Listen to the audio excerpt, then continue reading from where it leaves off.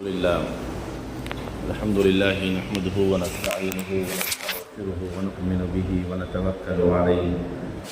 ونعوذ بالله من شرور أنفسنا ومن سيئات أعمالنا من يهده الله فلا مضل له ومن يضلله فلا هادي له ونشهد أن لا إله إلا الله وحده لا شريك له ونشهد أن سيدنا وسندنا وحبيبنا ومولانا محمدا عبده ورسوله أما بعد قال الله تبارك وتعالى في القرآن المجيد والفرقان الحميد أعوذ بالله من الشيطان الرجيم بسم الله الرحمن الرحيم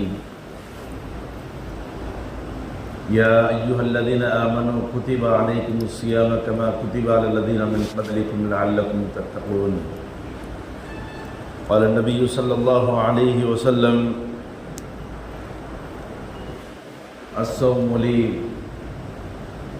صدق الله مولانا العظيم وصدق رسوله النبي الكريم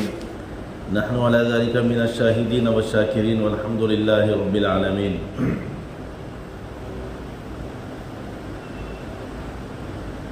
معزز عزیزان گرامی بزرگان اسلام، چند ہی دن کے بعد اللہ تبارک و تعالی ہم پر وہ انعامات و اکرامات کی بارش کرنے والے ہیں، وہ مہینہ عطا کرنے والے ہیں جس میں اللہ تعالیٰ اپنی خصوصی رحمتیں نازل کرتے ہیں، خصوصی توجہ رکھتے ہیں، مغفرت طلب کرنے والوں کو اللہ تعالیٰ معاف فرماتے ہیں، ان کی مغفرت کرتے ہیں۔ اور یہ وہ ماہ مبارک ہے جس کو رمضان مبارک کہا جاتا ہے۔ رمضان کے معنی ہی ہے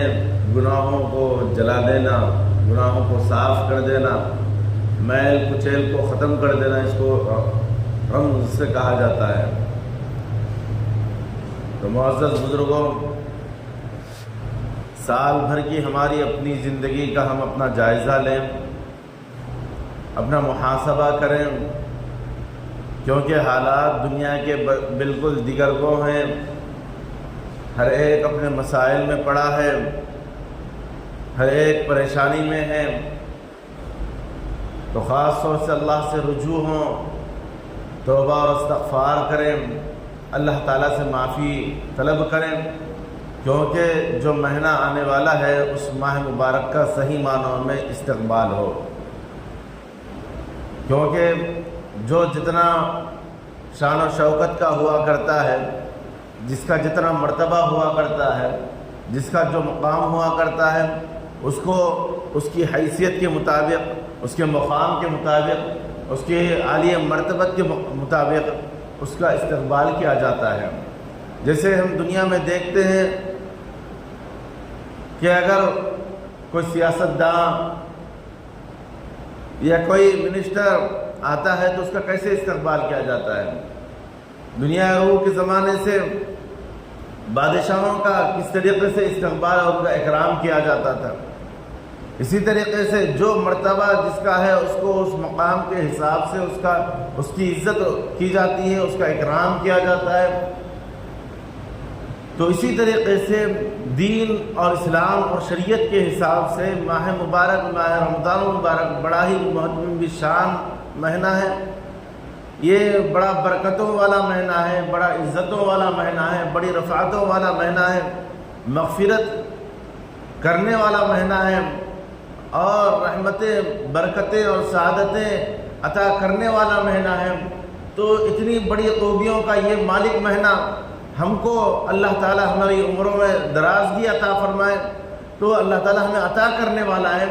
تو اس کا کس طریقے سے استقبال ہو، ہم کس طریقے سے اس کا ویلکم کریں، ہم کس طریقے سے اس ماہ مبارک کو گزاریں، اب یہ ہمارے لیے ضروری ہے۔ ابھی سے ہم دیکھتے دیکھتے چند دن کے اندر رمضان مبارک آ جائے گا، پھر ہماری زندگی کا وہ قیمتی لمحے اور وہ قیمتی گھڑیاں شروع ہو جائیں گی کہ جس میں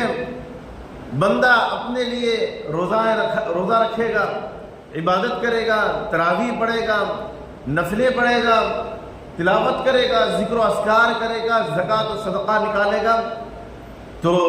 اب ہم اس کے لیے کیا کرنا ہوگا؟ تو اس کے لیے یہ ہے کہ ہم سب سے پہلے پاک و صاف ہو جائیں گناہوں سے، ہم توبہ و استغفار کریں، کیونکہ گناہوں کے اندر بے لذتی ہوتی ہے، گناہوں کے اندر مزہ نہیں ہوا کرتا۔ جو گناہوں کے اندر ملوث ہوتے ہیں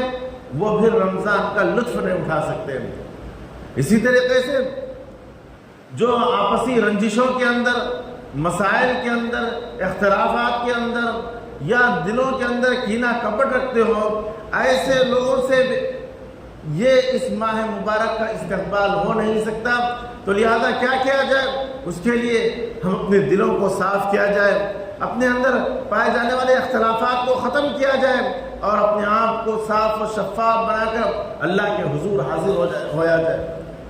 کیونکہ اس ماہ مبارک کا استقبال بہت ضروری ہے، کیونکہ ہماری زندگیوں کا کوئی بھروسہ نہیں، کس کی زندگی وفا کرے گی یا نہ کرے گی کسی کو پتہ نہیں۔ تو لہذا ہم اس صحابہ کرام رضی اللہ تعالیٰ علیہ مجمعین سے پوچھا گیا کہ آپ لوگ ماہ رمضان کو کس طریقے سے گزارتے تھے، اس کا استقبال کیسے کیا کرتے تھے؟ حضرت عبداللہ ابن عباس فرماتے ہیں کہ ہم ماہ مبارک کو اس طریقے سے استقبال کیا کرتے تھے کہ ہم سمجھتے تھے کہ یہ ہماری زندگی کا آخری رمضان ہے، اب اس کے بعد ہمیں رمضان ملے گا یا نہیں ملے گا ہم اس کا تصور نہیں کر سکتے۔ تو اس انداز سے وہ لوگ ماہ مبارک کا استقبال کیا کرتے تھے، اپنے گناہوں کی تلافی کیا کرتے تھے اور اپنے آپ کو صاف اور شفاف انسان بنا کر پیش کیا کرتے تھے۔ اللہ کے نبی صلی اللہ علیہ وسلم فرماتے ہیں کہ ماہ مبارک عمومی بخشش کا مہینہ ہے، اس کے اندر عام لوگوں کی بخشش کی جاتی ہے۔ جو روزے دار رہتا ہے اخلاص کے ساتھ اللہ تعالیٰ اس کی مغفرت فرماتے ہیں، لیکن 6 لوگ ایسے ہیں جو اس رحمت اور برکت والے مہینے کے اندر اور اس کے اندر جو ایک رات آنے والی ہے لیلۃ القدر کے نام سے، شب قدر جسے کہتے ہیں ہم، اس شب قدر کے اندر اللہ تعالیٰ عمومی بخشش کا فیصلہ فرماتے ہیں، لیکن 6 لوگ ایسے ہوتے ہیں جن کی اس متبرک رات کے اندر مغفرت نہیں ہوتی۔ تو ہم یہ جانیں کہ وہ 6 لوگ کون ہوتے ہیں اور وہ کون لوگ ہیں جس کو اللہ تبارک و تعالیٰ اس متبرک ماہ کے اندر اور اس مغفرت والے، رحمت والے اور نیکیوں کو بڑھانے والے اور گناہوں کو ختم کرنے والے ایسے ماہ مبارک کے اندر بھی وہ لوگ مغفرت کے اور جنت میں داخل ہونے کے، جہنم سے نجات کے ذریعہ نہیں بن رہے ہیں، وہ کون لوگ ہیں؟ تو اس میں سب سے پہلے ہے مشرک، جو مسلمان ہے، ایمان والا ہے لیکن وہ شرک کرتا ہے یا شرک اعمال میں ملوث ہے، تو ایسا شخص اس ماہ مبارک کے اندر مغفرت کا ذریعہ اس کے لیے نہیں ہوگا، کیونکہ اللہ تبارک و تعالیٰ ہر چیز کو معاف کرتے ہیں، لیکن جو شرک اعمال ہے، بت پرستی ہے یا جو بت پرستی میں ملوث ہے یا جو غیر مسلم ہے، جو شرک اعمال میں ہیں، ان کی اللہ تبارک و تعالیٰ اس ماہ میں مغفرت نہیں کرتے۔ لیکن جو مومن ہے، جو پکی سچی توبہ کر لے اور شرکی اعمال سے بچ جائے تو اللہ تبارک و تعالیٰ اس کی اس ماہ کے اندر مغفرت فرماتے ہیں، کیونکہ ضابطہ ہے، قانون ہے کہ اللہ تبارک و تعالیٰ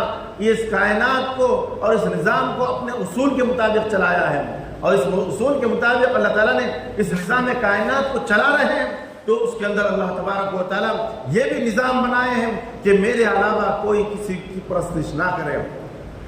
کیونکہ جو بنانے والا ہے، جو تخلیق کرنے والا ہے، جو کائنات کو سجانے والا ہے، وہ یہ کہہ رہا ہے کہ میں خالق ہوں، میں مالک ہوں، میں تمہارے جسموں کے اندر میں روح ڈالنے والا ہوں، تو لہذا تم میری عبادت کرو، تم میری پرستش کرو، تم مجھ کو مانو، میرے آگے سجدہ کرو۔ لیکن آج ہوتا کیا ہے کہ آج کسی معمولی بہانوں سے یا بیماری کے واسطے یا کسی اور مسائل کے اندر پڑھ کر لوگ آج شرکی اعمال کرنے میں پڑے ہوئے ہیں۔ تو عزیز ساتھیوں، اگر کوئی ان اعمال کے اندر پڑا ہوا ہے تو خالق و مالک اللہ رب العزت فرماتے ہیں کہ میں ایسے بندے کی جو شرک اعمال میں پھنسا ہوا ہے، مشرکانہ حرکات کر رہا ہے، تو وہ باز آ جائے، توبہ کرے، کیونکہ ماہ مبارک بڑا ہی محترم شان مہینہ ہے، اس کا ہمیں استقبال بھی کرنا ہے۔ ویسے تو زندگی کے ہر لمحے کے اندر اور زندگی کے ہر موڑ پر ہم اللہ کی عبادت کرنا ہے، اللہ سے التجائے کرنا ہے، اور اللہ ہی کو ماننا اور اس کی عبادت کرنا ہے، کیونکہ اللہ تعالیٰ نے فرمایا ہے کہ میں نے محض اپنی تخلیق، میں نے جو انسانوں کی تخلیق کی ہے محض اپنی عبادت کے لیے تخلیق کی ہے۔ تو ہم اس کو سمجھنا ہے کہ اللہ تعالیٰ کی اس منشا کو سمجھتے ہوئے اس کے اوپر بھرپور اترنا ہے۔ پھر دوسرا وہ جو والدین کا نافرمان ہے،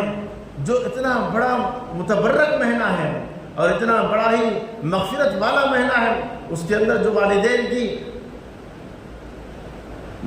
کا جو نافرمان ہے، والدین کی جو خدمت نہیں کرتا،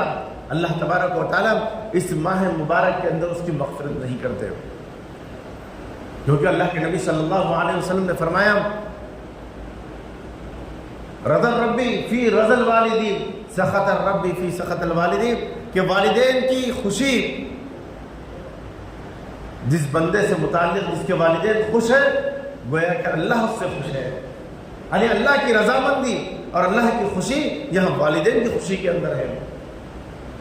آج ہم دیکھیں، اپنا جائزہ لیں کہ ہم سے ہمارے والدین کتنے خوش ہیں، یا عمومی جائزہ لیں کہ ہماری اولاد ہم سے کس طریقے سے برتاؤ کرتی ہے، وجہ کیا ہے اس کی، ان چیزوں کو تلاش کریں، کیونکہ اللہ کے نبی صلی اللہ علیہ وسلم آگے فرماتے ہیں سخط الربی فی سخط الوالدین،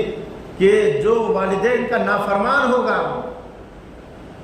جو والدین کو ناراض کیا ہوا ہوگا، اللہ اس سے ناراض ہوگا، اللہ اس سے ناراض ہے۔ بتائیں کہ جب والدین کی نافرمانی کرنے والا جب والدین کی نافرمانی کر کے رمضان میں آئے تو کیا اس کی مغفرت ہوگی؟ کیونکہ اللہ ہی اس سے راضی نہیں ہے۔ جو جنت دینے والا ہے، جو نجات دینے والا ہے، جو بخشش کرنے والا خدا اور رب ہے، وہی اس سے راضی نہیں ہے، کیونکہ والدین اس سے خوش نہیں ہیں۔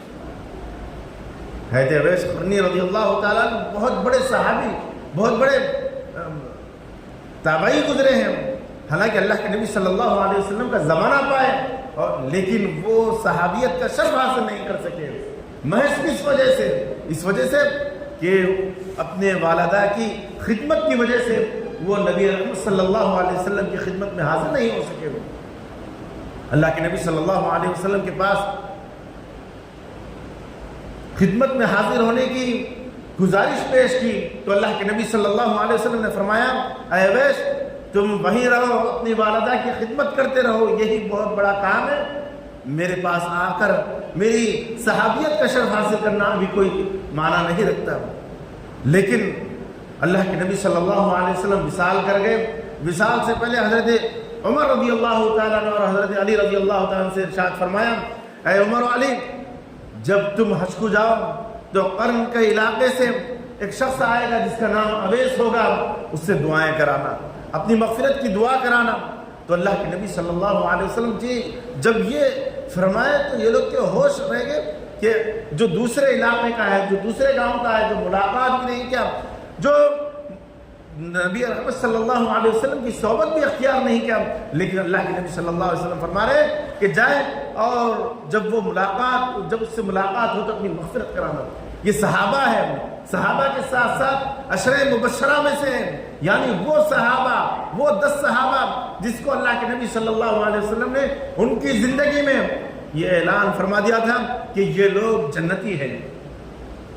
عشرہ مبشرہ، یعنی جن کو دنیا ہی میں جنت کی خوشخبری مل گئی۔ ایسے افراد، ایسے صحابہ سے اللہ کے نبی صلی اللہ علیہ وسلم فرما رہے ہیں کہ اویس قرنی سے اپنی مغفرت کی دعا کرانا۔ جب حج کے لیے پہنچے تو وہاں پر حضرت عمر رضی اللہ تعالیٰ کا زمانہ تھا، تو انہوں نے اعلان کیا کہ قرن کے علاقے کے کون ہیں، تو وہاں کے علاقے کے لوگ کھڑے ہو گئے کہ تمہارے اندر اویس نام کس کا ہے؟ انہوں نے کہا کہ ہمارے پاس تو اویس نام کوئی نہیں ہے۔ کہا کہ ایک بندہ ہے جو بڑا ہی عبادت گزار ہے، وہ اونٹ چرا رہا ہے۔ تو یہ دو صحابہ وہاں پر پہنچے، حضرت ابو عمر رضی اللہ تعالیٰ عنہ اور حضرت علی رضی اللہ تعالیٰ، جب دیکھا کہ وہ نفل نماز پڑھ رہے ہیں تو یہ دونوں وہاں بیٹھ گئے اور اونٹ چر رہے ہیں۔ تو انہوں نے جب نماز پھیری، نماز سے فارغ ہوئے تو انہوں نے کہا کہ ہمارے لیے دعائیں کریں۔ وہ نہیں جانتے تھے، بولے آپ لوگ ہے کون، آپ کا تعارف نہیں ہے، آپ کو میں پہچانتا نہیں، آپ لوگ مجھ سے دعا کرا رہے ہیں، اور آپ لوگ تو صحابہ معلوم ہوتے ہیں، آپ تو نبی کے صحبت یافتہ معلوم ہوتے ہیں، آپ لوگ ہے کون؟ تو انہوں نے کہا کہ میں خلیفہ وقت حضرت عمر ہوں اور یہ حضرت علی نبی رحمت صلی اللہ علیہ وسلم کے داماد مبارک ہیں۔ انہوں نے کہا کہ میں کیسے کر سکتا ہوں، آپ لوگ تو عشر مبشرہ میں سے ہیں۔ کہا کہ یہ بات نہیں ہے، یہ ہے کہ اللہ کے نبی صلی اللہ علیہ وسلم نے آپ کے بارے میں ہمیں پیشن گوئی دی تھی کہ تم ہماری مغفرت کی دعائیں کرانا اور پوری امت کے لیے دعائیں کرنا، ہم سب کے لیے دعائیں کرنا۔ وجہ یہ ہے کہ تم اپنے والدہ کی خدمت کی وجہ سے اللہ کے نبی کے حضور حاضر نہیں ہو سکے اور صحابیت کا شرف حاصل نہیں کیا، یہ خدمت کا مقام ہے۔ آج ہم والدین کو ناراض کرتے ہیں اور ان کی نافرمانی کرتے ہیں اور بڑے بڑے کام کرتے ہیں، تو عزیز ساتھیوں کیا ہو سکتا ہے ان سے؟ کہاں اللہ خوش ہو سکتا ہے؟ ماہ مبارک جو مغفرت کا مہینہ ہے اور اس ماہ مبارک کے اندر اللہ تعالیٰ عمومی بخشش کا فیصلہ فرماتے ہیں، اس میں ہماری مغفرت کیسے ہو سکتی ہے؟ جو والدین کا نافرمان ہے، اللہ تبارک و تعالیٰ اس متبرک مہینے کے اندر جو آنے والا بڑا ہی محتمم بالشان مہینہ ہے اس کے اندر مغفرت نہیں فرماتے۔ اور تو اور حضرت اویس قرنی کے بارے میں آتا ہے کہ اللہ کے نبی صلی اللہ علیہ وسلم فرماتے ہیں، ان کا مقام اور مرتبہ دیکھیں، آج دنیا میں جو لڑکے جوان ہو جاتے ہیں اور اپنے اندر طاقت و توانائی محسوس کرتے ہیں، وہ اپنے والدین کو کچھ نہیں سمجھتے۔ جب کچھ کمانے کے لائق ہو جاتے ہیں تو والدین خوف کھاتے ہیں کہیں ان کے سامنے ہم کچھ بات کریں اور وہ ناراض ہو جائے، کیونکہ ایک ڈر خوف لگا ہوتا ہے والدین کو۔ تو عزیزان گرامی، ہم اس بات کا احساس رکھیں، اپنے والدین کو خوش رکھنے کے لیے اپنے آپ کو جھکائے رکھیں اور والدین کی اطاعت و فرمانبرداری اپنے آپ پر لازم کریں، کیونکہ یہ بخشش کا ذریعہ ہے۔ اویس قرنی رضی اللہ تعالیٰ عنہ کے بارے میں آتا ہے، کل قیامت کے دن جنتی جنت میں جاتے رہیں گے تو حضرت اویس قرنی کو روک دیا جائے گا۔ تو اویس قرنی پریشان ہو جائیں گے، سب کو جنت میں جانے دیا جا رہا ہے اور مجھے کیوں روکا گیا؟ تو جب ادھر جہنمی جب گیٹ کے سامنے ہوں گے، جہنم کے دروازے کے سامنے ہوں گے تو ان کو روک دیا جائے گا اور حضرت اویس قرنی سے کہا جائے گا یہ جہنمی ہیں، تم جسے چاہو اشارہ کرو، تمہارے اشارے کی بدولت ان سب کی مغفرت کر دی جائے گی اور ان سب کو جہنم میں ڈالنے سے نکال دیا جائے گا اور ان سب کو جنت میں ڈال دیا جائے گا۔ وجہ کیا بنی؟ وجہ صرف ان کے والدہ کی خدمت کی وجہ سے، ایسی خدمت کی اور ایسا کام کیے کہ اللہ کے نبی صلی اللہ علیہ وسلم دنیا میں ان کو بشارتیں دے کر گئے ہیں کہ جو والدین کی خدمت کرتا ہے، ان کی فرمانبرداری کرتا ہے تو اللہ تبارک و تعالیٰ کل قیامت کے دن اس کو اعزاز عطا فرمائیں گے۔ تو اللہ کے نبی صلی اللہ علیہ وسلم نے فرمایا رضا ربی فی رضا الوالدی سخط ربی فی سخط الوالدی، جو والدین جس سے خوش ہوں گے کل قیامت اللہ تبارک و تعالیٰ ان سے خوش ہوگا، اور جس کے والدین جس سے ناراض ہوں گے اللہ تبارک و تعالیٰ اس سے ناراض ہوگا۔ تو آج ہم اس بات کا محاسبہ کریں اور اس بات کا جائزہ لیں کہ ہم کتنا اپنے والدین کی خدمت کر رہے ہیں، ان کو راضی کر رہے ہیں، ان کی رضامندی حاصل کر رہے ہیں، کتنا وہ ہم سے خوش ہیں۔ اور تیسرا، شرابی اس ماہ مبارک کے اندر جو شراب کا عادی ہوگا اور شراب پینے والا ہوگا، کیونکہ اللہ کے نبی صلی اللہ علیہ وسلم نے فرمایا الخمر جماع الاسم، کہ شراب یہ تمام برائیوں کی جڑ ہے، اور جب بندہ اس کے اندر ملوث ہو جاتا ہے تو وہ اپنی پہچان بھول جاتا ہے، اچھے اور برے کی تمیز ختم کر دیتا ہے، وہ کسی کو نہیں جانتا۔ تو لہذا اللہ تبارک و تعالیٰ اس متبرک مہینے کے اندر جو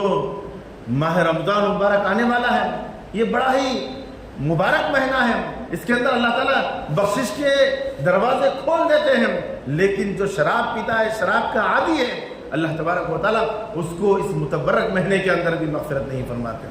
تو استقبال ہمارا یہ ہو کہ آج ہم اس بات کی پکی سچی توبہ کر لیں، اللہ کی طرف رجوع ہو جائیں کہ اے باری تعالیٰ یہ ماہ مبارک آنے والا ہے، میں اس کا استقبال کرنے والا ہوں۔ ہو سکتا ہے جس طریقے سے صحابہ کہا کرتے تھے کہ یہ ہماری زندگی کا آخری رمضان ہو، میرا بھی آخری رمضان ہو سکتا ہے، لہذا میں ابھی سے توبہ کرتا ہوں، میں ابھی سے ان چیزوں کو چھوڑتا ہوں۔ اس بات کا عزم مصمم کریں، اس بات کا عہد کریں تو اللہ تبارک و تعالیٰ توفیق دیں گے۔ اللہ سے توفیق مانگنا ہے، اللہ کی طرف ہمیں رجوع ہونا ہے، کیونکہ ہماری حیثیت کچھ نہیں ہے، ہم جو کچھ ہے اللہ کی مخلوق ہے، اور اللہ تبارک و تعالیٰ چاہتے ہیں کہ میرا بندہ میری طرف رجوع ہو، میرا بندہ مجھ کو چاہے، میری عبادت کرے۔ لیکن آج ہم اپنی نفسانی خواہشات میں پڑھ کے طرح طرح کے خواہشات کو مول کر ہم اپنے آپ کو خطرے میں ڈال رہے ہیں، کیونکہ یہ عارضی دنیا ہے، یہ عارضی مزے کے حالات ہیں، یہ عارضی طور پر عیش و آرام کی جگہ ہے۔ اس کو ہم مکمل اگر زندگی سمجھیں، مکمل ہم اس کو ہی سمجھ بیٹھے تو عزیزان گرامی، جو عیش و آرام کی زندگی ہے یہ زندگی کے بعد ہے، یہ دنیا ختم ہونے والی ہے، آخرت میں ہمیں بڑا ہی عیش و آرام کی زندگی ملنے والی ہے۔ لیکن کن لوگوں کو؟ ان لوگوں کو جو شرکی اعمال سے بچیں، والدین کی خدمت کریں اور شراب خوری سے ہم بچے رہیں، یہ ایسے لوگوں کو ملنے والی ہے۔ اور چوتھا وہ شخص جو صلہ رحمی کرنے والا ہوں، خطا رحمی سے بچنے والا ہوں۔ آج قطع تعلق کا مسئلہ ہے تو آج معمولی باتوں کے اندر، معمولی مسائل کے اندر ہم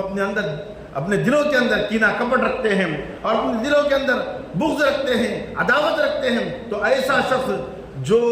کینہ کپٹ رکھتا ہے وہ بھی اس ماہ مبارک کے اندر، اس متبرک رحمتوں اور برکتوں والے مہینے کے اندر، عمومی بخشش اور مغفرت والے مہینے کے اندر بھی ایسے بندے کی مغفرت نہیں ہوتی۔ آج دیکھیں ہمارے معمولی باتوں کے اندر کہ میرا بھائی جو چھوٹا ہے اپنی بچی کی شادی میں مجھے رخصت اپنی ذات سے نہیں لا کر دیا بلکہ اپنے بچے سے لا کر دیا، اپنے بچے سے بھیج دیا، لہذا اس سے عرصے دراز سے کینہ کپٹ رکھ کر برسا برس گزر گئے، لیکن اس سے بات چیت نہیں، اس سے ملنا ملانا نہیں، اس سے تعلقات قائم نہیں، اس سے راہ استوار نہیں۔ تو عزیز ساتھیوں، کیسے ہماری بخشش ہوگی، کیسے ہماری مغفرت ہوگی؟ آج معمولی باتوں کے اندر ہم بڑا ہی وہ کام کر رہے ہیں جو جاہلیت کے زمانے میں، جو نبی رحمت صلی اللہ علیہ وسلم کے وجود سے پہلے جاہلیت کے زمانے میں عرب لوگ کیا کرتے تھے۔ یا کسی کا اونٹ، کسی کے اونٹ سے پانی پہلے پی جاتا تو وہ لوگ جنگ لڑا کرتے تھے، 40 سال تک یہ جنگیں لڑتے تھے، اور وجہ کیا تھی کہ محض اس کا اونٹ میرے اونٹ سے پانی پہلے پی لیا ہے۔ تو وہ مرتے وقت اپنے باپ کو بیٹے کو کہتا کہ بیٹا کہ ہماری جنگ فلاں خاندان سے ہے، اس وجہ سے کہ ہمارے اونٹ سے پہلے اس کا اونٹ پانی پیا تھا۔ یا آج ہمارے اندر وہی چیز چل رہی ہے، وہی معاشرہ جو جاہلیت کے زمانے میں معاشرہ تھا، آج ہمارے اندر وہی زمانہ ہے۔ قطع تعلق ہم عام طور پر کرتے ہیں، معمولی باتوں کے اوپر بڑے بڑے جھگڑے کرتے ہیں، بڑے بڑے مسائل پیدا کرتے ہیں۔ تو عزیزان گرامی، عزائم کریں، ارادے کریں اور اپنے آپ کو عزم مصمم کا فیصلہ کریں کہ یہ جو مہینہ آنے والا ہے، چند دن باقی ہے، تو اس کے اندر ہم ارادے کے ساتھ، عزائم کے ساتھ اس بات کا ارادہ کریں کہ ہم تمام چیزوں سے توبہ اور استغفار کرتے ہیں، کیونکہ عزائم جس کے پختہ ہوں گے، نظریں جس کی بلند ہوں گی، اللہ تبارک و تعالیٰ اس کی کشتی نیا پار کریں گے۔ لہذا ہم اس بات کی فکر کریں کہ مغفرت والے مہینے کے اندر ہم عمومی بخشش کا فیصلہ لیں گے اور عمومی مغفرت کے اندر ہم بھی اپنی مغفرت کرا لیں گے، کیونکہ جو چھٹ جائیں گے، جو رک جائیں گے، پھر ان کے منازل طے ہونا بڑی مشکل کی بات ہے۔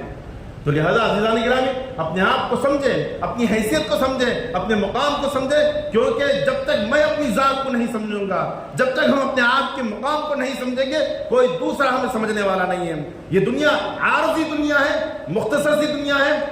اور یہ امتحان حال کی طرح ہے۔ اصل آخرت، اصل زندگی، اصل مقام ہمارا جنت والا مقام ہے۔ ہماری جانیں، ہماری زندگی کا لمحہ اللہ تبارک و تعالیٰ نے جنت کے عوض خرید لیے ہیں۔ اپنے آپ کو بنانے کی فکر کریں، اپنی صلاحیتوں کو دینی اعتبار سے، دینی فکری اعتبار سے ہم بنائیں، ورنہ عزیز ساتھیوں آج دیکھیں، آج ہمارے اندر دینی فکر نہ ہونے کی وجہ سے، دینی صلاحیت نہ ہونے کی وجہ سے اور دینی اعمال کو پس پش ڈالنے کی وجہ سے آج دنیا کے اندر لوگ ہمیں لقمہ تر بنا کر استعمال کر رہے ہیں۔ ہمارا خون سب سے آسان ہے، سستا ہے کہ لوگ ہمارا خون بہانے کے لیے بے پرواہ ہوتے جا رہے ہیں۔ ہماری طرف انگلیاں اٹھی جا رہی ہے، کیوں کہ ہمارے اندر شریعت کی کوئی پابندی نہیں ہے، نہ ہی احکامات الہی کی پابندی ہے، کیونکہ 3 کام جو ہمیں کرنا ہے وہ سب سے پہلے یہ ہے کہ عبادات الہی، یعنی اللہ تبارک و تعالیٰ کی طرف رجوع ہونا ہے، احکامات الہی کی پابندی ہمیں مکمل کرنا ہے، اس بات کا اہم ہم سب ارادہ کریں۔ پھر دوسری چیز یہ ہے کہ مخلوق کے ساتھ حسن سلوک، مخلوق کے ساتھ اچھا رویہ، یہ ہمارا دوسرا کام ہے۔ اور تیسرا کام جو ہم کو کرنا ہے وہ ہے دعائیں، جو دعاؤں کے ساتھ ہم اللہ تبارک و تعالیٰ کو منائیں، اپنے حالات کو سنوارنے کی فکر کریں اور اللہ تبارک و تعالیٰ کی توفیق مانگے، تو اللہ تبارک و تعالیٰ ہم سب کو وہ تمام چیزیں عطا فرمائیں گے جس سے ہم دنیا میں بھی خوش رہ سکتے ہیں اور آخر جو لامحدود زندگی ہے اس میں کامیاب رہ سکتے ہیں۔ یہی ہمارا حاصل ہے اور یہی ہمارا مقصد ہے اور اللہ تبارک و تعالیٰ یہی چاہتے ہیں۔ اللہ تبارک و تعالیٰ ہم سب کو ان باتوں سے زیادہ عمل کرنے کی توفیق نصیب فرمائیں، آمین۔ وما علینا الا البلاغ، جو احباب سنت نے پڑھے سنت پڑھیں۔